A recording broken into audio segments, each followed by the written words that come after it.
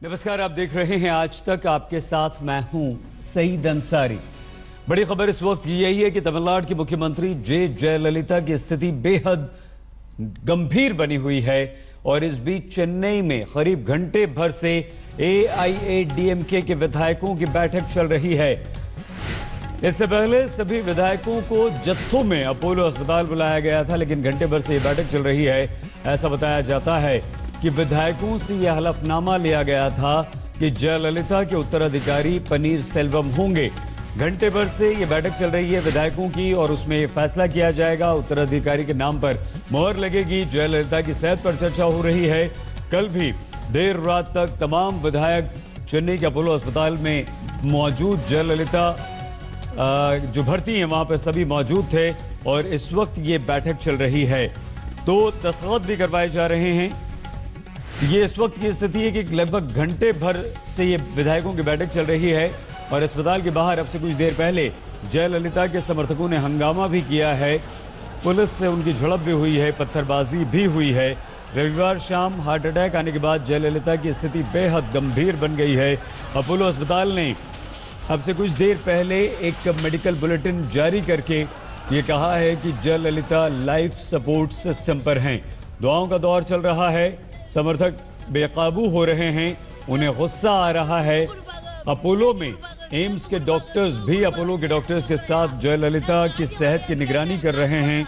Specialist doctors की team लगातार निगरानी कर रही है। चेन्नई में एआईएडीएमके के दफ्तर में अब से कुछ देर पहले झंडा झुका दिया गया था और फिर उसके बाद पूरा लहरा दिया गया।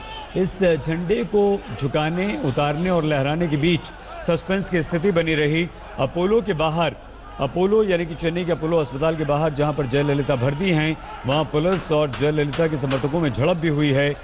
जयललिता की और इस वक्त तबीयत कैसी है जानने के लिए सीधे हम आपके लिए चलते हैं चेन्नई के अपोलो अस्पताल के बाहर मौजूद हमारी संवाददाता रोहिणी स्वामी के पास। रोहिणी, अस्पताल ने आखिरी बुलेटिन में यह कहा है कि लाइफ सपोर्ट सिस्टम पर हैं जयललिता। समर्थक वहां पर बेकाबू हुए थे।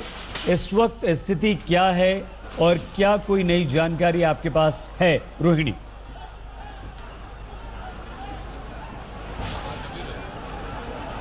अस्पताल की तरफ से हमें कोई नई जानकारी नहीं है क्योंकि उन्होंने आज 2 मेडिकल बुलेटिन जारी कर चुके हैं और इसके आगे कोई जानकारी नहीं है। उनका यही कहना है कि वो लाइफ सपोर्ट में है और उनकी हालत अभी भी गंभीर है। और जिस तरह के समर्थकों की बात करें तो हम आपको दिखाते हैं पीछे जिस तरह से कि पुलिस कर्मियों और सुरक्षा कर्मियों का तांता बढ़ गया है यहाँ पे और लाइन में खड़े हैं समर्थक। और ये सुबह शाम कल रात से भी शुरू हुई थी। अब उनका यही मानना है कि कुछ तो इन्फॉर्मेशन आया है उनके बारे में और उनकी हालत के बारे में। अब जिस तरह से मैं उनके इलाज की बात करूं तो एम्स के डॉक्टर्स के साथ जो अपोलो के हॉस्पिटल के डॉक्टर्स हैं उनके कंसल्टेशन में और यूके के डॉक्टर रिचर्ड बील की कंसल्टेशन में यहाँ पे उनकी इलाज हो रही है। अब तक के लिए पूरी तरह से जिस तरह से स्टेटमेंट कहा गया है लाइफ सपोर्ट में है। पूरी कोशिश है कि जल्द से जल्द, देखिए जिस तरह से जिस अपैरेटस में उनको रखा गया है तो उसमें ये माना जाता है कि पहले उनको सपोर्ट सिस्टम में रखेंगे, थोड़ी देर बाद उनको हटाने की कोशिश करेंगे। अगर वो अपने आप सांस ले पाती हैं तो बहुत अच्छा रहेगा। ऐसे ही पिछले बार रोहिणी एक जल्दी से ये जानकारी भी दे दीजिए। 3 हफ्ते बाद हमने देखा कि उनकी हालत थोड़ी बहुत अच्छी है। जो विधायकों की बैठक चल रही है लगभग घंटे भर से, कोई जानकारी उसके बारे में? जी देखिए, एजेंडा ये है कि पहली बात कि जयललिता के बाद यहाँ पे एआईएडीएमके में उनके कमान कौन लेगा वो सबसे बड़ा सवाल बहुत सालों से है।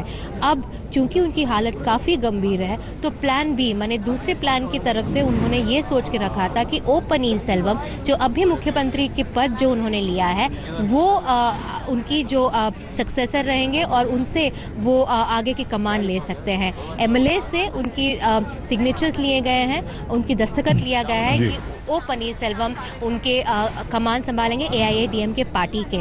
इसके साथ साथ मैं आपको एक और बात बताऊं कि शशिकला जो उनकी दोस्त हैं, इतने सालों से रही हैं, उनके साथ साथी की तरह रही हैं, उनके घर में भी रहती हैं उनके साथ। उनका जो इस पूरे मामले में जो उनका पावर होता है वो रहेगा। पहले यही सोचा गया था कि शशिकला हो सकता है कि कमान संभाले, पर ये बात नहीं हो रही है। अब यही बात हो रही है कि पनीरसेल्वम अभी कमान संभालेंगे, पर शशिकला अभी भी उनकी बहुत महत्वपूर्ण रोल रहेगा, क्योंकि पिछले इलेक्शंस में हमने देखा था कि जब AIADMK के कैंडिडेट्स को चुने गए थे वो शशिकला ने चुना था जयललिता के साथ, उनकी दोनों बैठ के कैंडिडेट के नाम लिए थे। तो उनकी जो पावर है उस पार्टी में अभी भी कायम है। तो देखते हुए कि यही एजेंडा है मीटिंग का जो 1 घंटे से चल रहा है कि आगे की रणनीति AIADMK की क्या होगी।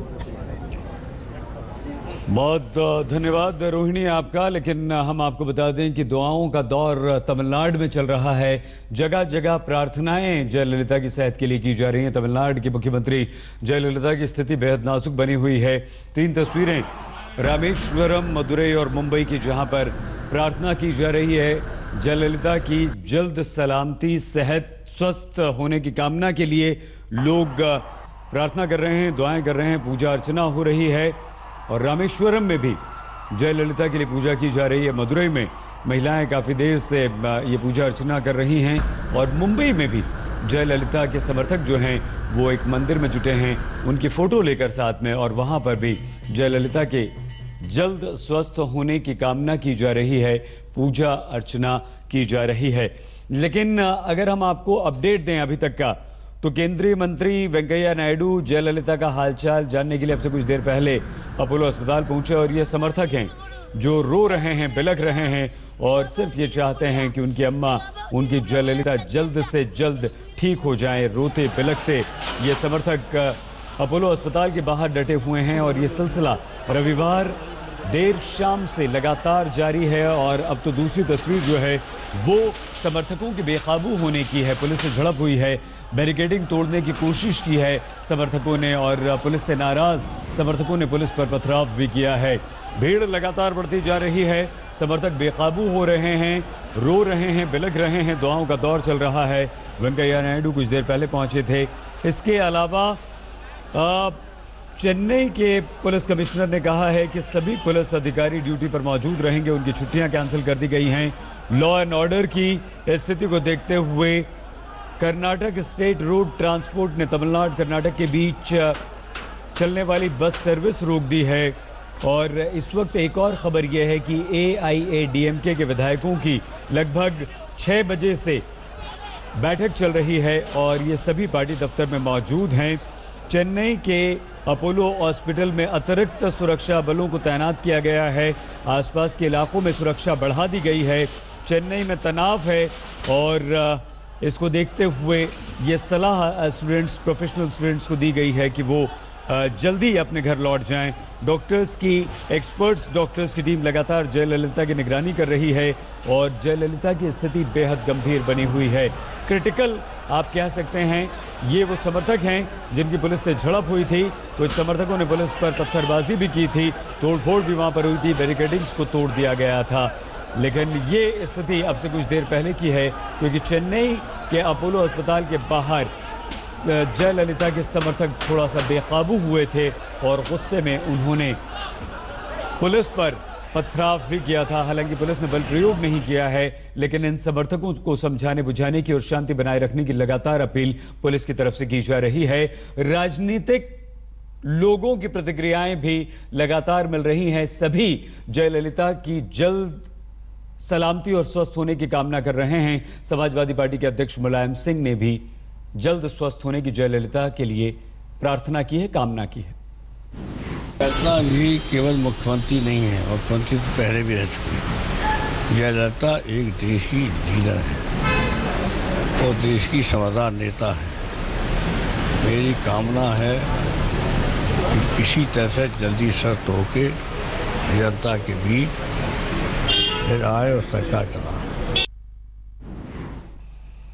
जयललिता की स्थिति बेहद नाजुक बनी हुई है। लाइफ सपोर्ट सिस्टम पर वो हैं और इस वक्त AIADMK विधायकों की पार्टी दफ्तर में बैठक चल रही है। लगभग 1.25 से 1.5 घंटा हो चुका है।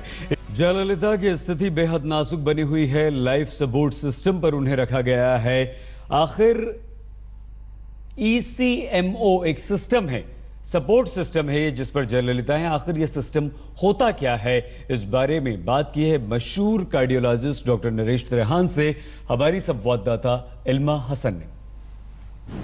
सकता है जयललिता जी पिछले तकरीबन 2.5 महीने से अस्पताल में हैं, वो कितने टाइम तक इस मशीन पे रह सकती हैं? नहीं, उसका इससे कोई रिलेशनशिप नहीं है, बट ये जरूर है कि ये 2.5 महीने की जो हॉस्पिटलाइजेशन है उससे बॉडी तो के ऊपर स्ट्रेन तो बहुत पड़ा है उनके ऊपर। ऑल्दो उनकी रेजिलियंस भी अच्छी थी कि वो ऐसा लगने लगा कि बिल्कुल ठीक हो गई हैं, तो एक बार तो ऐसा भी कहा गया कि वो घर जा सकती हैं।